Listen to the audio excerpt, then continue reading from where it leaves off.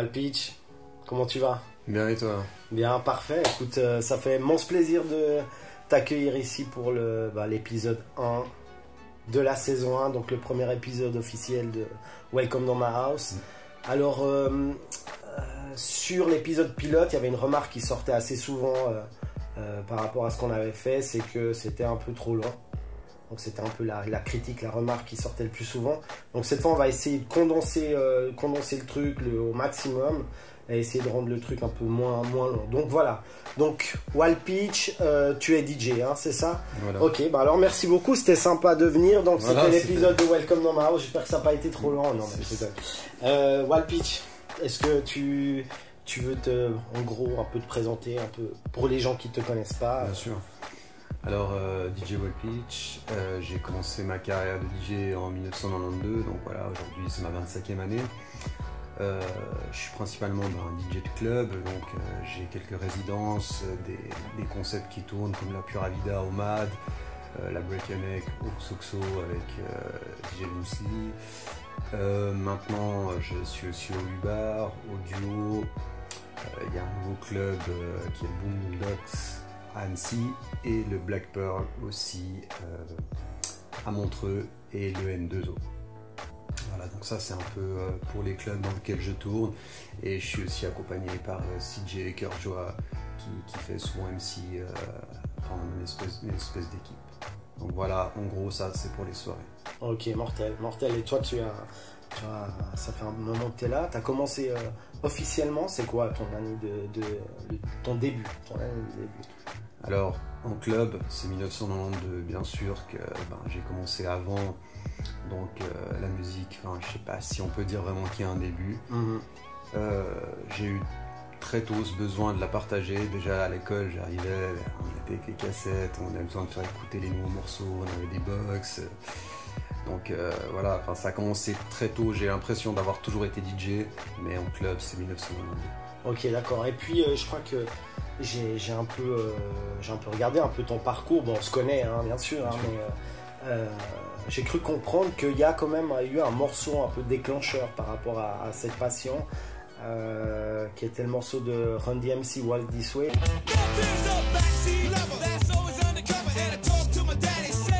Est-ce que tu peux juste nous raconter un peu cette histoire?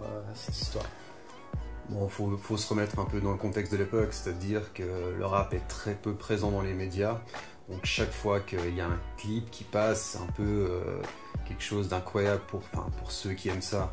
Moi personnellement, je savais pas encore que j'étais passionné par ça, mais une fois je suis rentré à midi et je suis tombé sur le clip Walk This Way, donc de Run DMC avec Aerosmith. Et ce morceau, au début, il y a une batterie.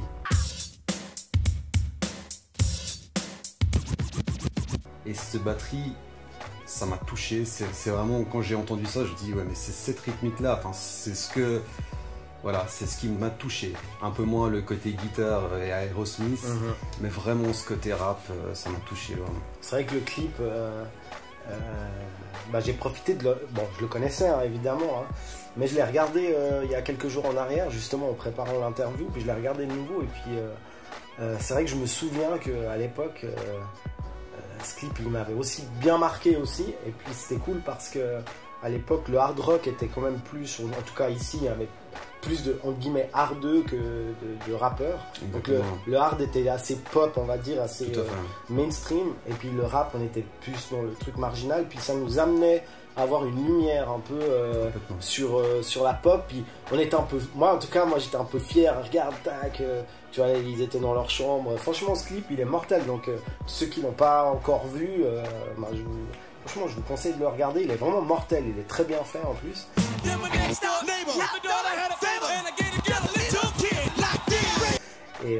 Et donc voilà, quand j'avais vu l'interview, ouais, c'est vrai que ce clip là il a quelque chose qui amène quelque chose.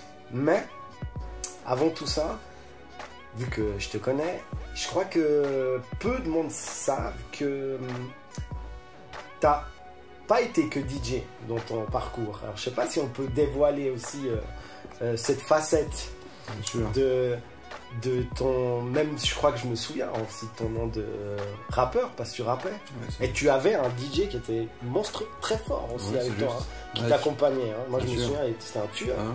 Je sais pas, est-ce que tu as toujours des contacts avec lui Non, alors ça fait très longtemps, un peu après cette époque-là, c'est vrai qu'on s'est un peu perdu de vue, mais effectivement, j'étais MC et j'avais ce besoin de participer d'une façon ou d'une autre, je savais pas encore, j'étais tellement passionné par ce milieu hip-hop que j'avais besoin d'y participer. Voilà, la danse c'était pas mon truc, le graphe c'était pas mon truc, puis voilà, j'avais envie de poser. Du coup, ça m'est arrivé de faire des scènes, donc il y a People's Pub. Moi, je sais que tu avais rappelé. c'est juste, voilà, on avait fait carrément des flyers et tout, Ouais. c'était organisé avec Nono. Mhm. Il y a une autre fois où c'était une espèce de scène freestyle à la Dolce, d'où est partie la photo que j'ai publiée donc, sur Facebook, dans un des albums qui est sur ma page. Ouais, ok.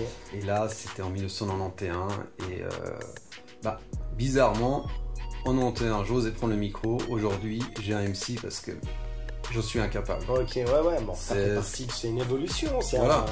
T'as essayé quoi, et Mais oui, ton nom de MC, tu veux le dévoiler, tu veux... toi, je te laisse. Ah, alors si je me souviens bien, c'était MC Shy, Ouais, c'était ça. c'est ça, hein. C'était juste. MC Shy, ouais, mais je me souviens très très bien de... Je crois que sur justement au concert du People's, sauf erreur, si je mélange pas, parce que des fois avec les années tu mélanges les événements, Ouais, c'est tu normal. confonds, mais je crois qu'on avait aussi rappé avec mon groupe au même Ouais, événement, c'est très possible. sauf erreur. Ouais, Mais, parce qu'on était, c'était quand même une période où on s'est connus justement. Ouais. Voilà, pour ceux qui savent pas, c'était à cette période d'apprentissage, on avait environ 16 ans. Ouais, exactement. Et c'était à partir de là. C'était à l'école professionnelle qu'on s'était connus. Exactement, moi j'avais Xavier dans ma classe. Exactement, et Xavier qui faisait partie de mon groupe. Donc voilà, on s'est connus, et aussi il faut savoir qu'à l'époque, vu que c'était pas la plupart du monde qui écoutait du rap, donc le peu de monde qui écoutait du rap automatiquement se connectait entre eux. Et puis Wild Peach était déjà un monstre passionné à ce moment-là. Je crois que t'achetais déjà tous les disques qui sortaient, si je me souviens bien. Donc tac, nous on était aussi dans le truc à fond, donc automatiquement on s'est connecté, et puis voilà, ouais, on avait 16 ans, exactement, ouais, je m'en souviens très bien. Et donc voilà, c'était un peu le début du truc. Alors un truc que j'aimerais te demander, c'est quelque chose que je pense que je vais demander dans tous les interviews, je pense que ça va être une constante dans chaque interview. Moi j'aimerais savoir quel est le premier disque que tu as acheté, mais je parle pas de rap. Je parle parce que peut-être que t'as pas commencé, bon, à part si t'as commencé directement avec du rap, mais je te dis vraiment au-delà, vraiment le premier truc, peut-être quand t'avais 8 ans, un disque que t'as acheté, le premier truc au niveau de la musique. Quel a été le premier achat que tu as fait, que tu te souviens par rapport à ça? Bon, j'avais pas encore d'argent, donc je pense à un souvenir très lointain, enfin d'un vinyle qu'on m'a offert, et c'était le générique de Maya l'abeille. Ah, ok. Voilà, j'étais vraiment tout petit, hein, donc pour moi c'était un truc de ouf.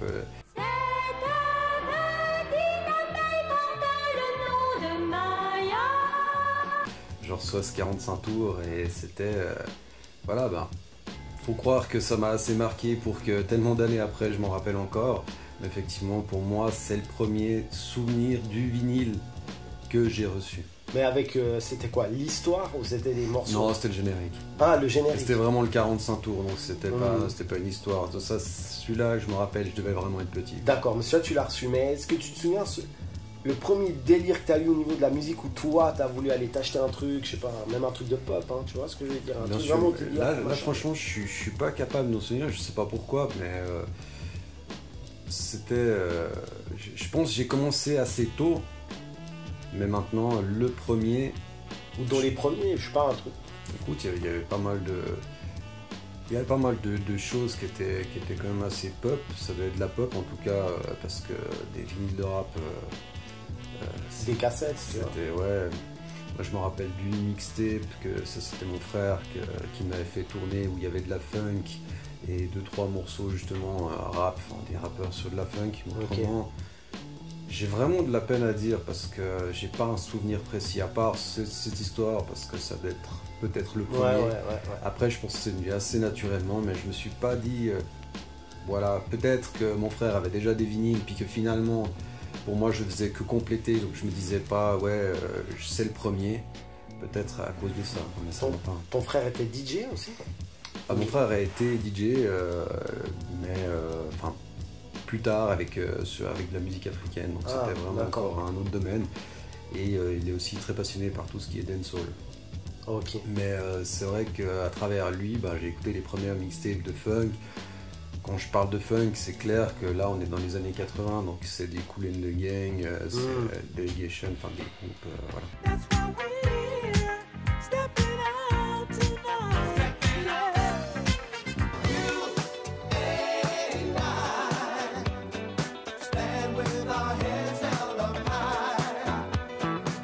Ok, bon, ce qui est déjà une très très bonne base déjà. Voilà, c'était avec ça. Ce qui commençait, je me disais ouais, hein, je sens quelque chose, il y a quelque chose qui me plaît. Ok, déjà dans ce style de musique. Complètement. Plus que par exemple de la pop, Duran Duran. Des trucs comme ça qui. La pop, je pense que ça touchait tout le monde parce qu'il y avait peu de canaux de diffusion. Donc finalement, c'était un peu toujours les mêmes morceaux qui passaient, puis on écoutait tous la même chose. Contrairement à aujourd'hui où chacun peut écouter sa propre musique, je pense qu'on écoutait un peu tous les mêmes choses. Toi, tu cites des Duran Duran, forcément que ça nous a touché. Si ça t'a pas touché, c'est que t'écoutais pas la radio, voilà. Enfin, d'une façon ou d'une autre. Après, t'aimes plus ou moins, mais ça fait partie de la bande originale de notre enfance, adolescence. Bien sûr. Voilà. Même que maintenant. Je me suis surpris à réécouter des trucs justement de pop de ce moment-là. Tu peux même écouter du Culture Club.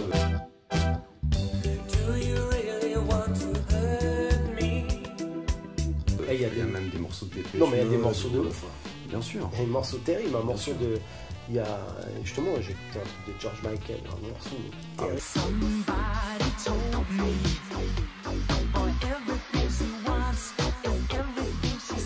George Michael, il y a pas mal de bons morceaux. Terrible. Donc, voilà. Mais c'est vrai que à l'époque, il y avait un peu cette barrière, c'était pop, le rap, voilà. Mais maintenant, avec le recul, on est plus. Cool. Pour nous, c'était encore abstrait, tout ce qui est hip-hop quand on était jeune, parce que c'était pas encore vraiment quelque chose de défini. Donc finalement, on avait un choix de musique, ce qu'on entendait. Puis après, l'hip-hop, au contraire de tout ça, il a fallu aller le chercher. Ok. Parce que il n'y avait pas beaucoup d'endroits où t'entendais tout d'un coup, t'entendais un morceau de rap, c'était quoi, Benny B B-E-2-N-Y-B, mon nom à moi c'est Benny B, oui tu l'as deviné. Ou tu vois, c'était des trucs qui restaient ultra pop. Bien sûr. Donc c'était pas du Eric B. Rakim. Ou des choses comme ça qui étaient vraiment aussi des morceaux de l'époque. Bien sûr. Et puis maintenant, alors si on va un peu plus loin dans le temps, et vraiment quand tu as commencé à acheter des disques de rap, etc., est-ce qu'il y a un morceau ou un disque sur lequel tu es particulièrement...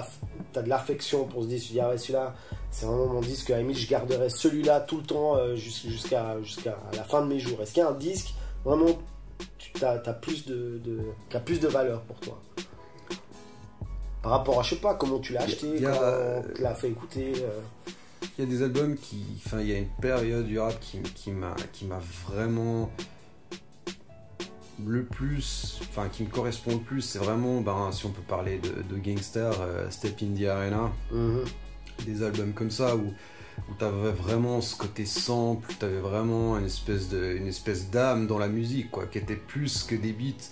Que si t'écouterais du KRS-One avec des 808, plus des boîtes à rythme.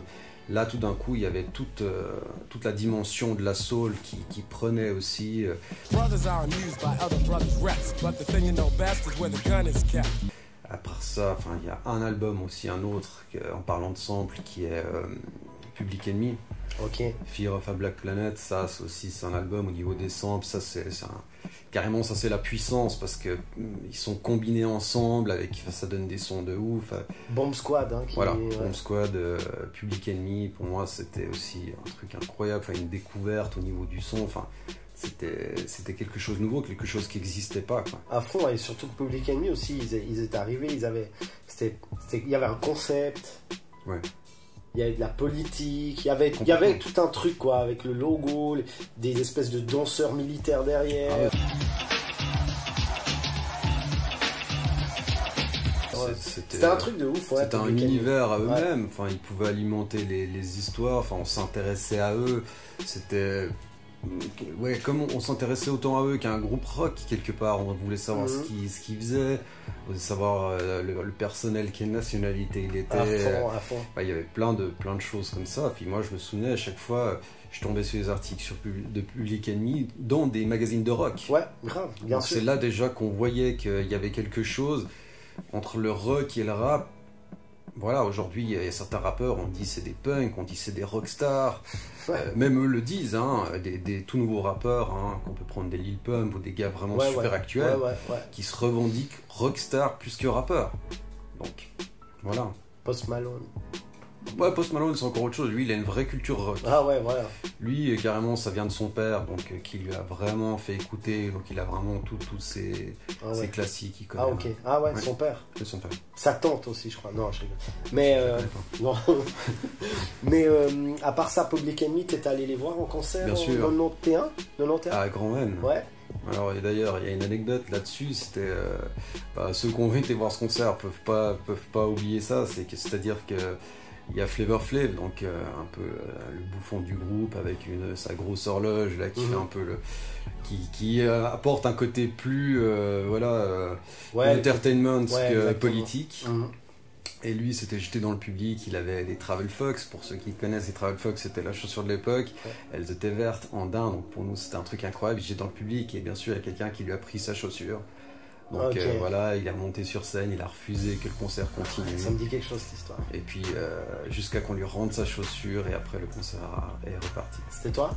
Non. Et ça c'était à Grand Venn. Ah ouais. Voilà. Aujourd'hui il y a pratiquement plus de concerts, mais il y a eu Public Enemy à Grand Venn, ça c'est historique. Quoi. Sens unique en première partie. Alors ouais, je me rappelle plus, c'est possible. Ouais, je me souviens très bien.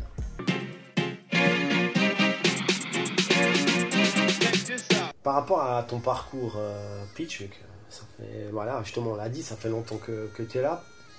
À mes yeux, bon, des fois j'aime bien un peu simplifier les trucs, mais après tu me dis hein, si je dis faux comme ça. Il y a déjà 2 grands livres qui ont été écrits. Il y a un 3e qui est en train d'être écrit, c'est ton présent maintenant avec le futur. Mais il y a deux grands livres qui ont été écrits, donc je m'explique. Pour moi, au niveau des soirées lausannoises, il y a eu toute l'ère Dolce Vita. Et ensuite, il y a eu toute l'ère Loft Club. Toi, si je fais pas erreur, je crois que tu es peut-être le seul qui a été résident dans l'un et dans l'autre. Ah non, peut-être qu'il y a Ronti. Ouais, c'est juste Ron. Peut-être Ronti qui a été... Bah oui. Ouais. Mais vous êtes les 2 seuls alors, à la limite. Ouais. Résident, hein, je dis. C'est juste résident. Et voilà, donc ça a été 2 époques très importantes dans le monde des soirées hip-hop lausannoises, même au-delà, hein, parce que à la Dolce, il y avait du monde qui venait de partout, au Loft, idem. Et toi, qui a vécu les 2 trucs à fond, c'est quoi la grosse... Toi, en gros, qu'est-ce que tu peux nous dire? Quelle est la grosse différence entre l'un et l'autre? Je pense que... la Dolce, c'est vraiment les débuts, les premières soirées hip-hop à Lausanne. Donc là, on peut vraiment parler de début, avec pas vraiment quelque chose, on sait pas vraiment dans quoi on se lance. À la base, c'est que du rap. Donc, si je me souviens bien, en 93, les premiers morceaux, Murder She Wrote, qui tournent toujours, Check Academy Players, qui tournent toujours actuellement en club. I know this little girl, her name is Maxine. Her beauty's like a bunch of roses. Après, il y avait du Mary J. Blige, SWV pour faire un peu la côté R&B.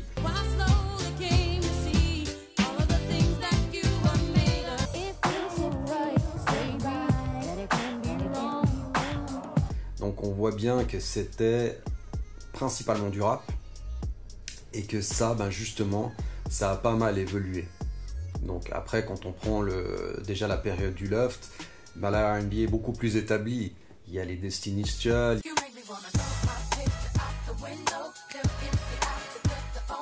Il y a déjà des groupes qui sont bien là et le R&B, ou les morceaux crossover, donc qui passent donc du rap avec un refrain R&B ou du R&B avec des rappeurs, enfin voilà. Il y avait déjà pas mal plus ça, ainsi que la dancehall. Donc on voit déjà que le mouvement avait pas mal évolué, et le loft, ben, ça ressemble plus à ce qu'on a aujourd'hui. Parce qu'aujourd'hui, faire une soirée avec 98% de rap, voilà, enfin, à part dans un truc un peu exclusif ou des soirées spéciales, ben, ça n'existe plus vraiment. Bien sûr. Donc il y a vraiment eu cette évolution. Après, il y a aussi l'évolution des publics. C'est-à-dire que quand on était à la Dolce, c'était des gens qui venaient exprès parce qu'il y avait peu de soirées hip-hop, donc chaque soirée hip-hop était quelque chose, voilà, qu'il fallait pas rater, parce que sinon on savait pas, il n'y en avait pas d'autres, ou on devait attendre un certain temps. Tandis que le loft, c'est devenu quelque chose de régulier. Moi j'ai commencé en 2000, on a commencé toutes les 2 semaines, puis après ça a commencé tous les vendredis. Donc là on avait vraiment une régularité avec quelque chose de solide, quelque chose, enfin avec un business qui puisse tourner. Bien parce sûr. que les clubs, ils l'ont vite compris, le urbain avait son public. Ouais, et puis peut-être le loft était un club alors que la Dolce était plutôt une salle de concert. Voilà, c'était mi-salle de concert, mi-club. Voilà, c'était une salle où on se retrouvait. Les gens ils s'asseyaient par terre. Voilà, enfin, même des fois avec des gens avec des chiens. Ouais, c'était vraiment freestyle, quoi. C'était voilà, un espèce de centre autonome, comme on pourrait mettre aussi la comparaison avec la Coupole, qui bien sûr était plus grande, mais un peu cet état d'esprit punk, parce qu'à la base, ben, c'est punk rock, hein, la Dolce Vita. À fond. Et puis l'esprit est resté un peu comme ça, et le rap s'est mis par-dessus. Donc. Ouais, l'époque Dolce Vita, toi tu as mixé de camp à camp à peu près?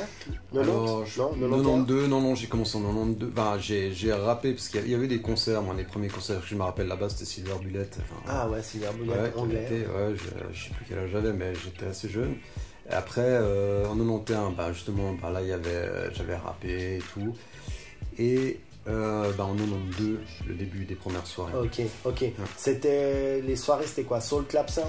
Alors c'était avec Soul Clap Sound, qui était toute une équipe. Hein, voilà, on a fait un espèce de petit groupe, puis justement les soirées étaient au nom de Soul Clap Sound. Ok, et puis dedans il y avait qui mixait avec toi régulier, quoi, à peu près? Alors, je me rappelle plus son nom de DJ, maintenant il est producteur, enfin il est aussi Polo, voilà. Ok, La Scène, DJ La Scène. DJ La Scène. Ouais. Voilà, et c'est avec lui, bon, c'est des soirées, justement. Après, on a commencé à faire avec Seb, après il y a aussi Ronti qui était, et ben, voilà, c'est un peu toute cette équipe. Bien maintenant, sûr. l'ordre des soirées, je m'en souviens plus bien et tout. Donc, en tout cas, c'était voilà, les personnes qui venaient régulièrement. Et puis ça a été, la Dolce Vita, ça a été jusqu'à quand? Les dernières soirées, c'était quoi, 97? Comme ça, un peu plus. Alors 96. moi, je pense que j'ai mixé là-bas jusqu'à 97. Après, c'était un peu plus flou au niveau de l'organisation. Enfin, il y avait pas mal de problèmes financiers. J'ai pas tout suivi, pour être honnête. Hein. Et puis nous, bah, c'est clair qu'on commençait à faire des soirées un peu en dehors. Moi j'étais plus avec Nono, et on tournait dans des soirées à droite, à gauche, N-Pro. Ouais. Puis on avait quelques clubs à Lausanne qui acceptaient les soirées avant qu'il y ait un grand vide et que le loft recouvre ce vide. Bien sûr. Et à partir de là, ben, il y a une régularité. Ouais, le loft, voilà, moi je suis content, hein, parce que j'étais chanceux d'avoir pu connaître les deux périodes, et puis ouais, c'était mortel, l'un comme l'autre, hein. Franchement, à la limite, j'aurais un peu de peine à choisir, mais si je te demande aujourd'hui, si tu aurais une machine magique qui te permettrait de remonter dans le temps, mais tu peux l'utiliser qu'une fois. Puis on te dit, voilà, tu peux revenir et faire une soirée à la Dolce, ou revenir et faire une soirée au loft. Tu choisirais quoi? Je pense que logiquement, je choisirais la Dolce. Pourquoi? Parce que c'est plus éloigné. Parce que j'en ai un souvenir plus lointain. Et puis des fois de revivre quelque chose, je disais, ah oui, ça j'avais oublié, ah ouais, ça se passait comme ça. Puis il y a certainement plein de choses qu'on a oubliées. Le loft est quand même plus proche. Donc voilà, puis en même temps il y avait cette espèce d'innocence. Le rap était un peu à son adolescence, donc à l'adolescence il y a un peu tout qui est possible. Bien sûr. Voilà, il y a ce côté plus excitant, donc voilà, Dolce. Bien sûr, ah ouais, ok, mais ouais, c'était mortel. La Dolce, en plus, la Dolce c'était bien, c'était que il y avait autant de monde dedans que dehors aussi. Effectivement. Et puis donc la soirée, c'était, ouais, elle passait, c'était 5h du matin, t'avais même pas vu le temps passer. C'était même, c'est un mauvais souvenir, c'était 4h du matin, parce qu'avant l'autorisation n'était même pas jusqu'à 5h. Ah ouais, c'était l'autorisation de 4h du matin. Ah, je me souvenais pas de ça, tu vois. Donc 4h, boum, direct. Ouais. Et les soirées passaient très vite, quoi, parce que franchement, elle est passée... C'était un rendez-vous. Ouais, c'était... Voilà, puis on savait qu'on se retrouvait, on pouvait trouver des gars de Zurich, il y avait des gars de Paris, enfin, bien sûr. C'était un truc incroyable. Aujourd'hui, ce serait plus possible. Bon, puis ouais, bien sûr. Puis après, comme on en a parlé souvent aussi, après c'est un peu difficile de comparer les périodes et les années, parce que maintenant tout a changé, les réseaux sociaux, avant il n'y avait pas, donc voilà, tu allais pour rencontrer les gens. Donc voilà, c'est difficile de faire des comparaisons entre les périodes, mais c'est vrai que l'époque de la Dolce, ouais, c'était cool. Moi aussi, j'aimerais bien, une fois, si je pourrais retourner en arrière, boum, une petite soirée Dolce. On le verrait complètement différent avec les yeux qu'on a aujourd'hui de comme on le voyait avant. Ouais, et peut-être c'est pas si mal, peut-être qu'on serait... Je pense qu'on avait une certaine innocence, puis que pour nous c'était incroyable du fait que c'était exclusif. Bien sûr. Aujourd'hui, voilà, ça nous repasse. Peut-être qu'on serait un peu choqués, mais waouh, c'était ça. À fond, mais tu sais, peut-être que c'est aussi un truc qui fait que quand il y a beaucoup de gens de notre génération qui est très très nostalgique de ces années-là, 94, 95, 96, etc. Même avant, 92, 93, toute cette période-là. Mais on ne doit pas oublier qu'elle est aussi liée au fait qu'on avait 20 ans, 22 ans. Et donc, tout était plus cool. C'est ça. Tout donc, est nouveau. On peut pas dire avant tout était mieux. Oui, c'était mieux, mais parce que peut-être tu étais plus jeune aussi. Donc, c'est un peu... C'est un long débat, ça. Mais une fois, on fera une table ronde avec plusieurs personnes et puis on fera un truc. On va essayer d'organiser ça. Mais cool.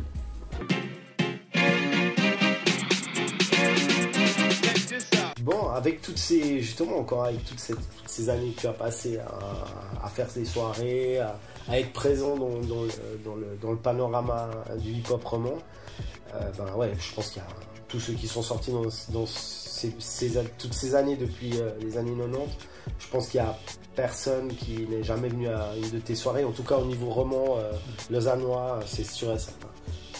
Mais par rapport à tout ça, je voulais savoir si tu aurais une anecdote à nous raconter, un truc qui t'est arrivé.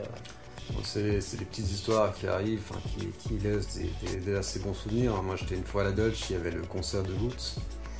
Et je suis en train de mixer, j'ai Questlove qui arrive. Et puis il vient à moi, puis il me montre, il a un petit paquet de vinyles, puis il me dit ouais, excuse-moi, mais je peux faire un set. Puis toi t'es là, bon c'est Questlove quoi, t'es là. Ouais. En plus aujourd'hui, Questlove c'est encore un nom qui revient parce que il est toujours d'actualité, de Roots, qui a passé les années, un des rares groupes de rap qui est toujours quelque part au top, même ils ne sortent pas des hits, mais ils sont là, enfin l'émission de Jimmy Fallon. Exactement.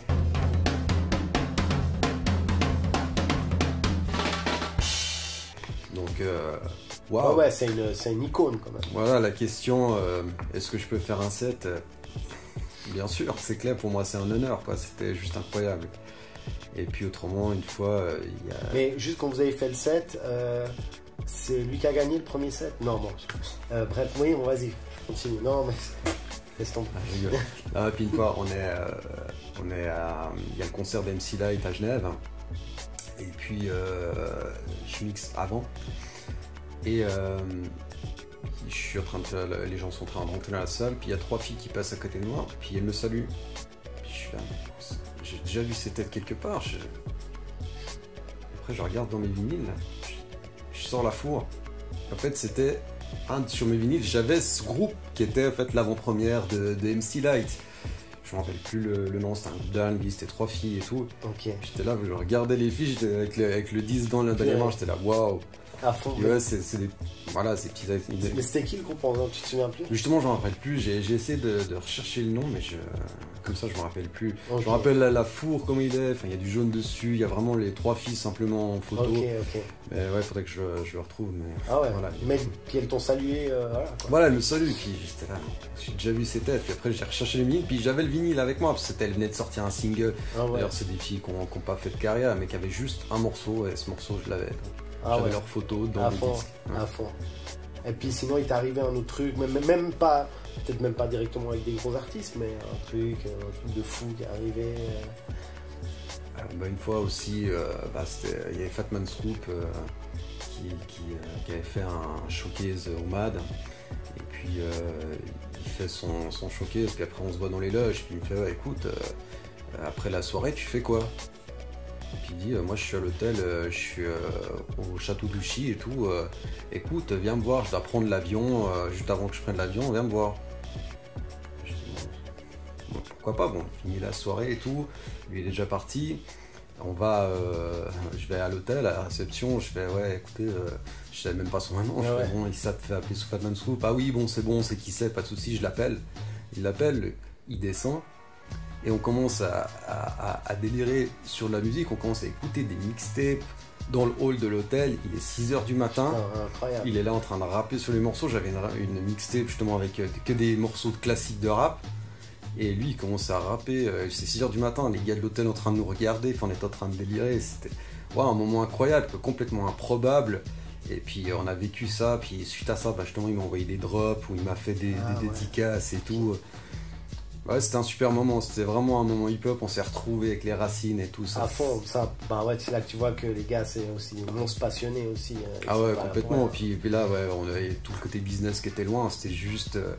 les bases de notre passion, quoi. Puis on avait vécu les mêmes choses, les mêmes morceaux, puis ça nous parlait. Et puis tu as mixé aussi avec Jazzy Jeff, hein, je crois. Hein. Oui, pareil. Et puis le gars, tout, ou bien comment? Alors c'était bon, c'est un super moment. Au début il était un peu renfermé, c'est-à-dire qu'il a passé nous l'après-midi avec son équipe, on a tourné un peu dans Paris, la Tour Eiffel. Notre-Dame de Paris, les trucs qu'il voulait voir. Puis lui, il était resté dans sa chambre d'hôtel. Après, il y a eu la soirée. Et le lendemain, en fait, on a eu un brunch, on était tous ensemble. Et là, c'était cool, c'était décontracté, là, c'était bien. Okay. En fait, on était dans le même hôtel, c'est pour ça. Ah ouais, mortel. Et puis en soirée, il n'y a pas eu de... Même des fois, des gens qui viennent te demander des trucs bizarres et tout. Bon, ça, je pense que ça arrive à tous les DJ. Hein, je crois qu'il en arrive tellement, quoi. Je sais pas si on fait exprès de les oublier parce qu'on n'a pas envie de s'en souvenir. Enfin, t'as toujours la personne qui va te demander un morceau qui a absolument rien à voir avec la soirée, qui est complètement à côté. Despacito, des trucs comme ça.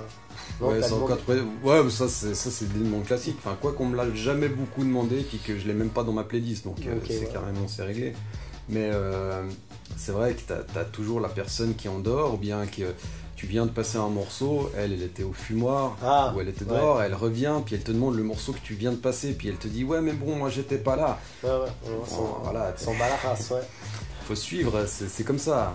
À fond. Mais je pense que ça c'est une des facettes des DJ des fois qui doit pas être évidente, c'est justement toutes les requêtes et tout. Après ça dépend aussi comment c'est fait, il y a la façon de demander les choses, c'est vrai que si la personne tout de suite elle t'agresse, ou tu vois qu'il y a directement un manque de respect, la personne elle te parle même pas, elle te présente son téléphone, te dit ouais genre voilà c'est comme ça, vas-y, ou bien si tu l'as pas, ouais t'as pas internet, t'as pas YouTube, tu vois, tu vois que la personne elle est un peu déconnectée, tu dis bon là attends ça vient chaud quoi, ou ça peut paraître bon, carrément partir en live, où la personne elle te dit ouais tu respectes pas ton public parce que tu passes pas le morceau qu'elle t'a demandé à ce moment là, puis là t'es là mais attends dégage. À fond.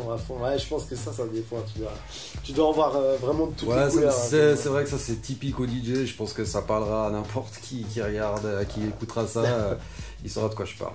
Mais puis tu sais que moi, quand j'étais beaucoup plus jeune, moi, ça m'arrivait des fois d'aller demander des trucs au DJ. Ah, c'est toi. Mais j'avais un masque. Ok. Tu vois, c'était moi la requête masquée. Non, mais le truc, c'est que... Mais je me rendais pas compte, tu vois, que ça je peux comprendre qu'on se rend pas compte. À la limite, on te demande pas d'être à la place, mais simplement, c'est la façon toujours d'aborder. C'est comme tu pourras demander n'importe quoi à n'importe qui, c'est la façon dont tu le demandes. Ouais. Je pense qu'après, voilà, tu peux pas en vouloir quelqu'un parce qu'il te demande quelque chose, c'est normal. Mais si tout de suite, t'as l'impression que c'est un ordre... Ouais, bien sûr. Puis, parce que toi je fais juste une petite parenthèse. Parce que toi, quand tu mixes en soirée, ton set, tu l'improvises sur le moment, ou il est déjà carré. Non, je pense que c'est impossible d'avoir un set complètement préparé. Pourquoi? Parce que les gens sont jamais les mêmes, dans le même état d'esprit. Normalement, il y a plus de filles, où il y a de la tension dans l'air, où les gens sont détendus, les gens sont festifs, calmes. Enfin, il peut y avoir plein de choses. Donc, il suffit que tu es préparé dans un état d'esprit puis qui ne corresponde pas aux gens ce soir-là, ben, tu es à côté de la plaque. Et je pense qu'il faut être capable de s'adapter aux situations. Des fois, tu peux partir dans un set, tu dis bon, bah, les gens réagissent pas, hop, je switch comme ça, je vais là. Et finalement, c'est de l'improvisation. Je pense que c'est ça le côté excitant et le côté que tu peux t'impliquer artistiquement. C'est en créant une espèce de toile en live, en utilisant les couleurs que tu as, puis dis bah voilà, maintenant il me faut plus ça, puis qui correspond bah, à l'instant présent, quoi. Bien sûr, et puis tu arrives à rendre ça fluide, bah, c'est grâce à l'expérience. Voilà. Que les gens, voilà, t'as l'impression que c'est même préparé à l'avance, mais en fait pas du tout. C'est ça. Puis bon, après c'est l'expérience, c'est vrai que tu as, bon bah voilà, je sais que ça fonctionne comme ça, tu pourras, mais la plupart du temps c'est complètement freestyle. Et moi c'est ce que je veux garder, c'est ce que je trouve excitant. Faut pas oublier que la musique c'est aussi mathématique, mais c'est nettement moins sexy parce qu'il y a des gens, bah voilà, ils ont commencé un set à 60 BPM, ils vont rester à 60 BPM pour être dans la sécurité pendant un moment, parce que là, ils vont pas savoir comment faire une transition, peut-être pour un morceau plus rapide où ils auront peur, où ils auront un manque d'assurance. Et ça, bah ouais, c'est pas que des maths. Il faut surtout que ce soit de l'énergie, puis que l'énergie corresponde à une bonne partie de la salle, à tout le monde. C'est pas possible, mais une bonne partie des gens. Et est-ce qu'il y a tu penses qu'il y a des villes qui sont plus respectives, on dit comment, réceptives que d'autres ou Moi je pense que dans chaque ville tu peux jouer différemment. Et même encore, ça va encore différemment par rapport à un club. Par exemple un soir, si je suis au Xoxo, je vais pas jouer la même chose que si je suis au Ubar. Si plus la clientèle est âgée, plus tu vas jouer différemment, plus tu vas pouvoir toucher dans les classiques. Quand tu as une clientèle plus jeune, c'est beaucoup plus dur de jouer des classiques parce qu'ils ne seront pas réceptifs. Quelque part, ton travail, c'est de captiver le plus de personnes qui sont là pour faire en sorte qu'il y ait une fête, qu'il y ait l'ambiance. Bien sûr, et puis pour que l'ambiance soit adaptée au moment, au lieu et à ce qui se passe. Exactement. Qu'il se passe quelque chose, puis qu'on fasse la fête ensemble. Au final, c'est la seule chose qui compte. C'est pour ça que des fois, trop intellectualiser la musique qui passe en soirée, ben, je pense que c'est aussi un faux débat parce que voilà, enfin, il faut pas confondre un club et un musée ou voilà, en étant un peu extrême. Bien sûr, l'uni. Voilà, on est fac de rap, fond, non, c'est pas ça. Quoi. À fond, j'ai eu 8 en 60 BPM. Bon, bref. C'est vrai? Ouais. Bravo. Ouais, mais j'ai refait l'année. D'accord. J'ai pas bien réussi. Non, mais voilà, donc DJ, c'est un vrai métier. Voilà ce qu'on peut dire. Bien sûr, et puis il m'a fallu du temps pour le comprendre, et c'est pour ça qu'aujourd'hui, ben, j'en suis arrivé à être indépendant. Parce que avant, quand je disais je suis DJ, je me disais bon, tu fais quoi à côté? J'avais tout le temps un peu cette appréhension en me disant mais finalement, est-ce que c'est un métier ou est-ce que c'est une passion? Puis finalement, est-ce que ta passion, c'est pas un métier vraiment? Donc j'ai la réponse et c'est un métier. Ouais, t'as ton CFC de DJ maintenant. Voilà, je l'ai eu. Ah, ok. Voilà. Alors, moi le pitch, t'es DJ. Je t'ai amené 3 disques ici. Et puis je voulais savoir un peu ton ressenti par rapport à ce qu'il y a là-dedans. Donc je te laisse choisir.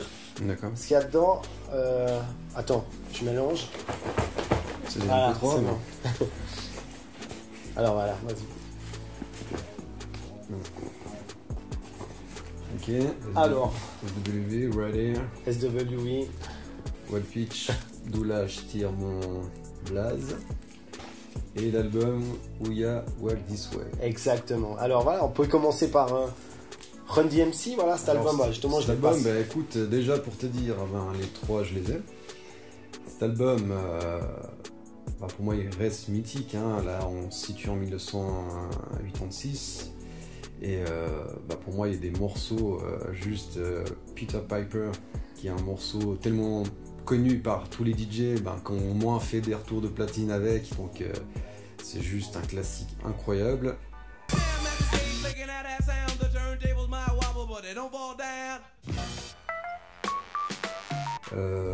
Dumb Girl. I seen you jockin' JC cause they got a Mercedes and you know about his ladies and all his babies. Que j'adore, il y a tellement de morceaux que Ouais, c'est vraiment... Cet album, il est terrible, ouais. Ah, c'est un album qui m'a beaucoup marqué, que j'ai vraiment beaucoup écouté, quoi. Je l'ai justement sorti parce qu'il y a Walk This Way, en fait. Donc c'est pour ça que je l'ai sorti. Et... C'est pas le premier album de Run DMC, hein. C'est le deuxième, ou sauf erreur. Ouais, peut-être. Je veux pas dire... J'ai un doute, mais je sais plus. On va dire... En tout cas, c'est pas le premier, ça c'est sûr, mais... Non. Troisième, c'est abusé, peut-être que ça soit le troisième. Ouais, je sais pas, j'ai un doute, justement. Ouais, mais c'est cet album-là qui m'a vraiment marqué, quoi. On c'est clair. Mais ce qui m'a assez surpris, juste pour retourner sur Run DMC, c'est que en fait, Run DMC, ils ont pas, je sais pas, ils ont peu ou pas de disques sortis sous Def Jam. Tu vois? Et alors que moi je pensais que Def Jam et Run DMC c'était comme ça, tu vois. Ce qui s'est passé, c'est que pourquoi Def Jam? En fait, Def Jam était c'était Russell Simmons et Rick Rubin. Rick Rubin. C'était surtout Rick Rubin. En fait, Russell Simmons gérait Run DMC. C'était leur producteur. Ok. Et puis lui, sauf erreur, Russell Simmons s'occupait de tout ce qui était le côté artistique. À la base, Def Jam, c'est vraiment Rick Rubin. Ok. Donc voilà, eux étaient avant. Ils étaient déjà avec Russell Simmons. Et après, Russell Simmons ont fait l'association avec... Russell Simmons, c'est quoi, le frère ou le cousin ou l'oncle d'un des gars? Oui, c'est juste. Maintenant... Non, je sais pas. Ouais, c'est... Il y a un truc familier... Il y a un truc de famille avec quelqu'un, là, des Run DMC. Maintenant, je sais plus par cœur, mais il y a un bail comme ça. Non, c'est clair. Mais ouais, voilà, donc le Run DMC, cet album-là, c'est ouais, pour moi, m'a marqué. Pour les SWV, je t'ai sorti SWV, mais j'aurais pu sortir un autre truc de R&B. Hein. Non, mais je pense que c'est un super choix, parce que Human Nature, c'est un morceau d'ailleurs qui a été repris par Chris Brown. You make it hard for me to see somebody else. Lately there seems to be some insecurity. C'est vraiment un morceau classique. Là en plus, il y a le remix avec Michael Jackson. Je sais pas si c'est celui-ci. C'est possible, ouais. Avec justement le morceau Human Nature. Ouais, avec les voix de Michael Jackson. Voilà, c'est Right Here avec Human Nature de Michael. Et puis c'est quand même trois filles qui ont vraiment créé aussi au même titre que Mary J. Blige. Elles sont arrivées après, mais pas longtemps.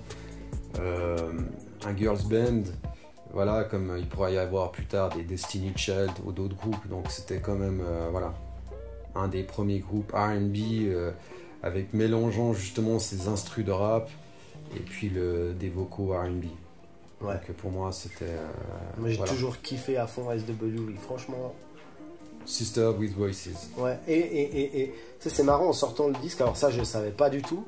Tu vois, je l'ai regardé, je l'ai un peu rescruté comme à l'époque, tu sais, quand tu scrutais un peu tous les trucs. Et il y a un morceau là, les remixes, il y a Pharrell Williams qui rappe sur un des morceaux.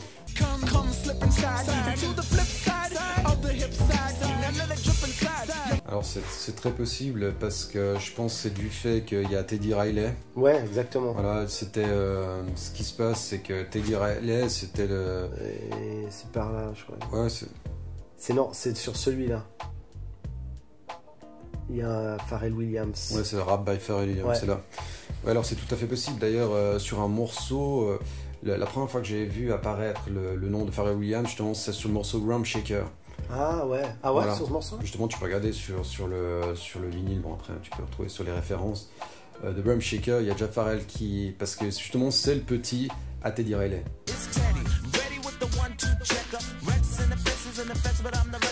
Donc je pense qu'il a appris, d'ailleurs, avec ses rythmiques, ses batteries super dansantes qui frappent et tout. Après, on peut retrouver justement la patte de Neptune. Donc je pense que l'école, elle est bien là. Ouais, mais la filiation. Voilà, totalement. Mais dans Rum Shaker, Pharrell Williams, il rappe aussi? Alors non, sauf erreur, il doit être dans la production. Okay, il faut que je regarde. C'est vrai que ça fait assez longtemps que... non, il rappe pas. Ah ok. Non. Ok. Mais c'est pour ça que justement, tu as bien fait de de relever ça parce que c'est les vrais débuts, les premières apparitions de Pharrell. Là, en plus, je n'avais pas ce souvenir, je m'en rappelais pas, donc, qui rappait carrément. Moi, je l'ignorais complètement jusqu'à 4 jours en arrière. Ouais, d'accord, ouais, non. Après, là... Voilà, Wild Peach, c'est pour le... Wild Peach, c'est bien en plus que tu as pris... Ça, c'est une compilation. Voilà, d'où je tire mon blaze, au fait, parce que c'est la première partie de mon nom de famille. Et puis, on me surnommait, enfin, DJ Seb, notamment, c'est lui qui me surnommait comme ça, Wild Peach, à cause de ce label. Bien sûr, moi, il n'y a juste pas le T. Mais pour moi, la première fois qu'on m'a demandé quel nom je voulais mettre sur un visuel, sur le flyers, j'ai choisi tout naturellement Wild Peach parce que c'est comme ça qu'il me surnommait. Puis en fait, je trouvais que ce nom avait un sens. Du coup, en plus, c'était plutôt une bonne référence vu que c'est un label de rap sous lequel on retrouve Large Professor, le premier album de Gangstar, Ultramagnetic MCs, Main Source, voilà, Lord Finesse aussi. Ouais, il y a du people là. Hein. Voilà, donc c'est plutôt une référence qui est flatteuse. À fond, et justement aussi en ressortant le disque, il y avait cette Entice que j'avais complètement oublié, alors que je me souviens... Parce qu'il y avait qu'un single, enfin sauf faire 1 ou 2 singles, mais très peu. Ouais, elle était affiliée à Wu-Tang. Exactement. Sûr, hein. Et j'ai regardé le clip l'autre jour, mais elle rappe, elle rappe super bien. Ouais, d'ailleurs, moi je l'ai en single, Entice, c'était un peu... On se dit, parce que tout ce qui sortait de la clique Wu-Tang, c'était un peu comme Shaim ou des gars comme ça, on y faisait attention parce que Wu-Tang c'était tout. Ouais, t'avais forcément, garanti que... voilà, c'était ça, c'était le label Wu-Tang, on savait que forcément ça sortait, ça allait faire du buzz. Exactement. Mais elle en a fait, mais effectivement, pas longtemps. Ouais, pas longtemps, mais il est mortel, le morceau Hush Hush Tip. Ouais.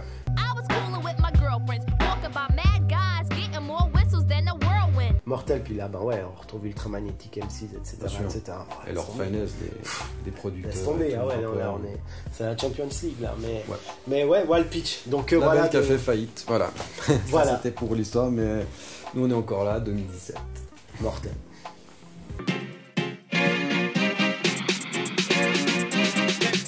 Donc on a parlé beaucoup de, on a fait une rétrospective, des vieux sons, des sons que t'aimais bien, un peu des références, mais peut-être qu'on demande un truc que aussi peut-être je vais demander plusieurs fois. On demande beaucoup les trucs qu'on aime, mais est-ce qu'il y aurait un morceau qui pourtant est un bon morceau, mais que tu détestes, que tu ne passeras jamais, que tu t'as mis dans une blacklist ce morceau? Non, je veux pas. Moi par exemple, il y a un morceau que je déteste, c'est California Love. Je peux pas.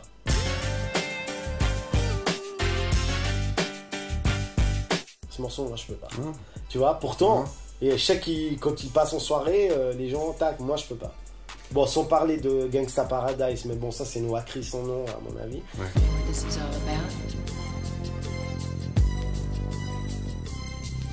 Mais bon, bref, est-ce qu'il y a, toi aussi, un morceau qui est banni? Écoute, il y a eu... je pense plus avant qu'actuellement... il y avait le morceau de MC Hammer. Ouais. You Can't Touch This. Bien sûr, ouais. Moi, je prends ce morceau parce que... Facile. Voilà. Facile, mais parce que aujourd'hui, toi, tu dis facile parce que tu connais. Mais la plupart des gens vont pas comprendre. Ils vont dire, ouais, mais non, You Can't Touch This, c'est quand même un hit d'une époque. Ils pensaient que tout le monde écoutait ça. Ouais, quelqu'un qui a pas suivi l'histoire du rap ne sait pas, mais c'était un morceau que tu pouvais pas passer en soirée. C'est même pas que c'était un choix personnel, c'est que aucun DJ le passait. Si tu passais ça, j'entends, c'était... Voilà, tu voyais qu'il y avait vraiment une façon de penser, quelqu'un qui était pas crédible, qui avait pas de street credibility, et tu le passais pas. Bien sûr, non, mais lui, c'était son cas, et moi, c'est vrai que j'ai grandi comme ça et tout, et il m'est arrivé à une soirée d'entendre un DJ qui le passe. Et ça m'a fait un espèce de choc, je me suis dit, mais... Ça m'est arrivé aussi, de l'entendre en soirée. Voilà, justement, aujourd'hui, il y a plus d'une fois, mais la première fois que je l'ai entendu, je me suis dit, mais non, c'est pas possible. Ouais. Ça m'a fait quelque chose comme ça, puis après je me suis rendu compte, mais en fait, des fois on est bloqué dans nos a priori, ou voilà, c'est un morceau, en fait je m'en fous complètement, mais Ouais, c'est un espèce de faux back in the days, de personnes qui n'ont pas vécu la période. Parce voilà, parce que si t'avais vécu Non, tu l'époque, passes bah, c'est pas. clair que tu le passais pas. Non. C'était pour nous, en fait, si tu veux, si tu regardes le clip, ça ridiculisait un peu le hip-hop, il ressemblait, ça pensait un peu à un clown, enfin déjà avec ses pantalons larges, la façon de danser, tout était exagéré. Et puis bah il y avait ce beef avec Dr. Dre, donc Bien sûr. voilà, donc nous on avait choisi clairement le clan à Dr. Dre avec le clip Dre Day ou non ça c'est encore non ça c'est Non, encore mais autre chose. il y a, je crois que Third Base, ils étaient. Quand ils font Gasface, ils parlent pas de lui aussi?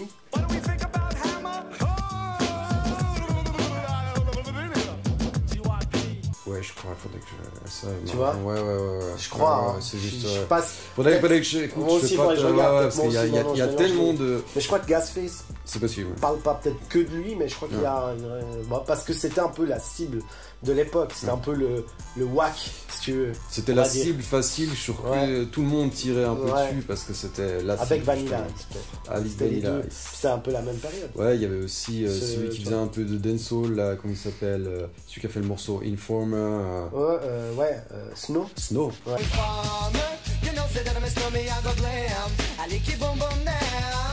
Lui, il faisait partie de la Exactement clique. aussi, il faisait partie de la clique, de cette clique qui était pas. Voilà quoi. Voilà, mais c'est marrant parce que t'as quand même des morceaux aussi qui attirent le grand public, des morceaux de Criss Cross, c'est un morceau comme Jump.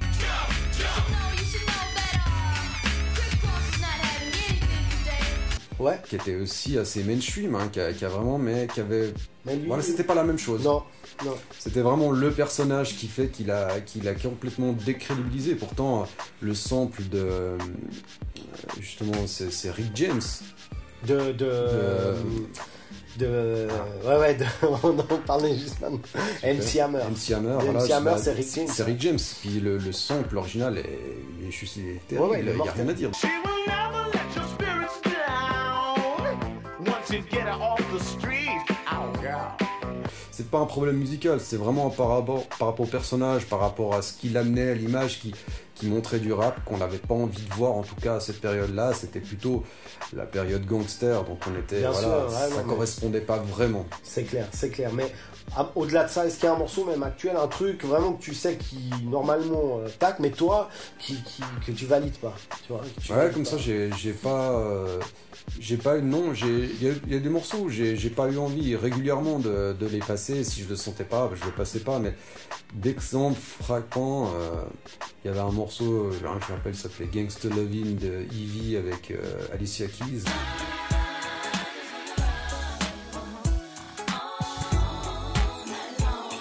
J'ai jamais aimé ce morceau. Ah voilà. Ouais. Par exemple, ce morceau, mais bon, c'est vrai que ça date déjà depuis un certain moment. C'est vrai que ce morceau, j'arrivais pas. Ok. Mais autrement, j'ai pas de. Dans les morceaux qui sont actuels, comme ça, je vois pas vraiment un morceau qui me. Comme ça, je vois pas. Ouais, ça parce que maintenant c'est carrément des albums en fait que tu peux pas. Ouais, puis. Non, je rigole. Non, c'est pas ça, non, mais il y a des morceaux que j'ai passés, que je passe plus. Des morceaux comme Evie, Who's That Girl.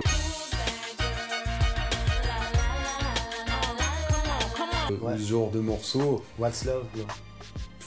ouais, ça peut arriver, tu vois. Je veux pas. Oh, ça va. Moi j'aime bien ce morceau.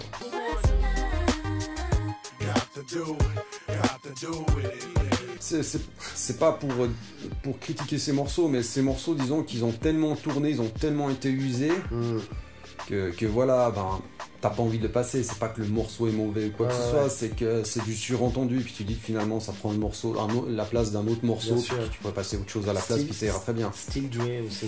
Sitting for them gangsters all across the world. Still hitting them corners and them lolos, girl. Still. Voilà, des morceaux, mais tu sais pertinemment que les gens, ben, tu le passes, ils vont pas te donner tort, les gens. Les gens, ils vont crier, ils vont chanter, ils vont être contents. Mais finalement, on est là à faire tous la même chose, à passer Bien tous sûr. les mêmes morceaux, puis comme s'il y avait eu que ces morceaux, définissaient une époque. Mais là, je suis pas d'accord. Bien Donc il y a sûr. d'autres morceaux. Bien sûr, Jump Around. Voilà quoi. Ouais. Pack it up, pack it in, let me begin. I came to win, battle me, that's a sin. Mais Ouais. qui est mortel à part Mais ça. c'est pas le problème. Ouais, Non, ouais. le Jump Around, quand il venait de sortir, Bien on sûr. le passait.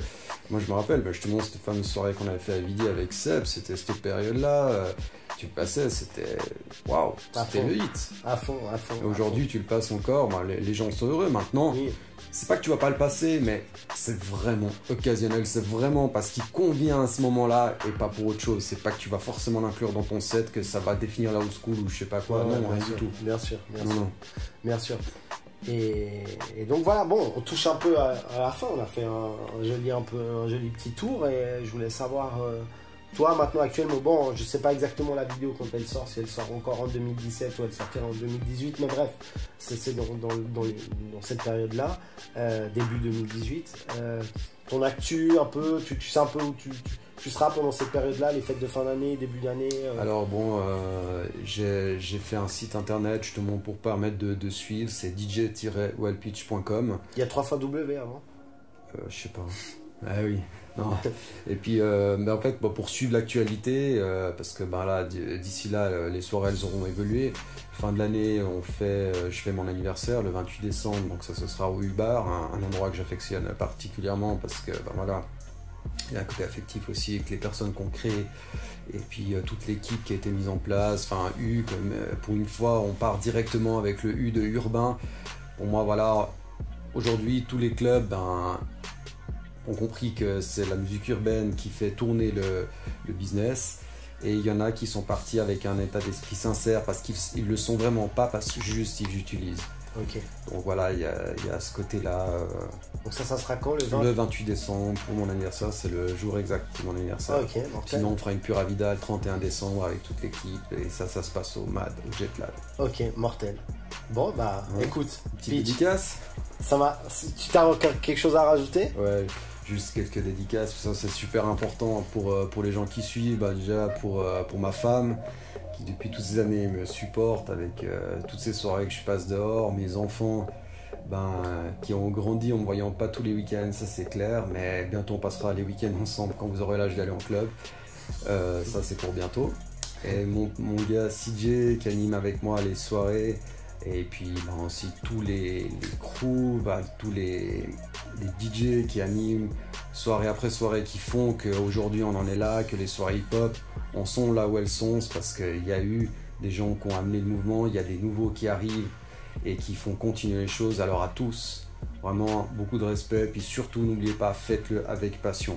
Et surtout, longue vie à cette nouvelle émission. Merci à Yvan qui m'a permis de m'exprimer, où on a passé un super moment. Et puis on a pu échanger, donc ça c'est important. Donc c'est la première, on lui souhaite la chance pour la suite et que tout se passe bien. En tout cas, suivez-nous, partagez, on est là. See ya. Mortel, merci beaucoup. Et puis Walpi, je pensais à un truc. Pour la prochaine soirée, tu peux mettre Ivan plus 14, ça va? Non. Non.